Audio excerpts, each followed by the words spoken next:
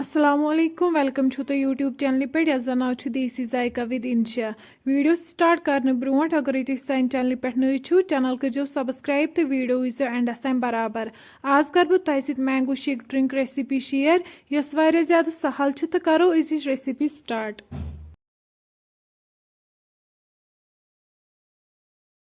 Mango shake बनाने खतर निम अम्ब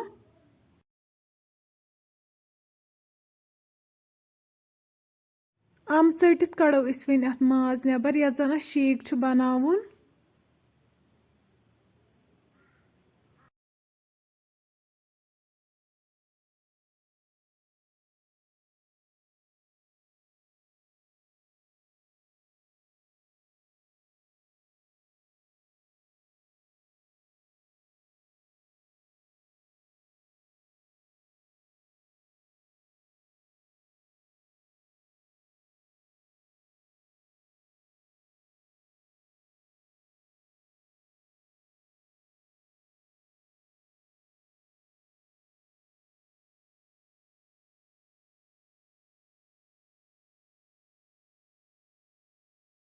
सोरे माज नबर कड़ित निमो वन मिक्सर ग्राइंडर तो वन त्रो यह अथ मज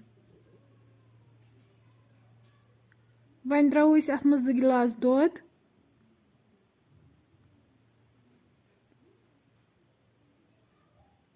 खंड चमच 3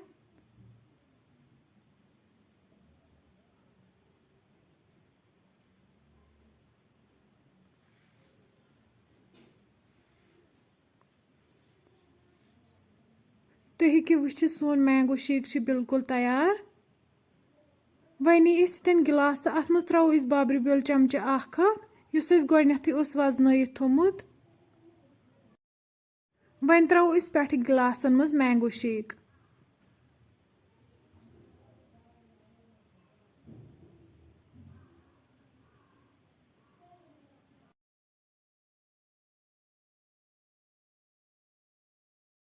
पे करो गार्निश मैंगो क्यूब्स।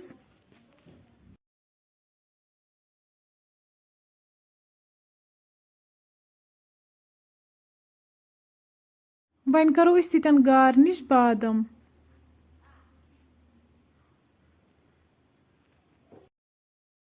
सोन मैंगो शेक बिल्कुल तैयार। फ्रेंड्स अगर तुम सी रेसिपी पसंद आमत चैनल करो सब्सक्राइब तो बी दीजो पन फीडबैक। अल्लाह हाफिज़।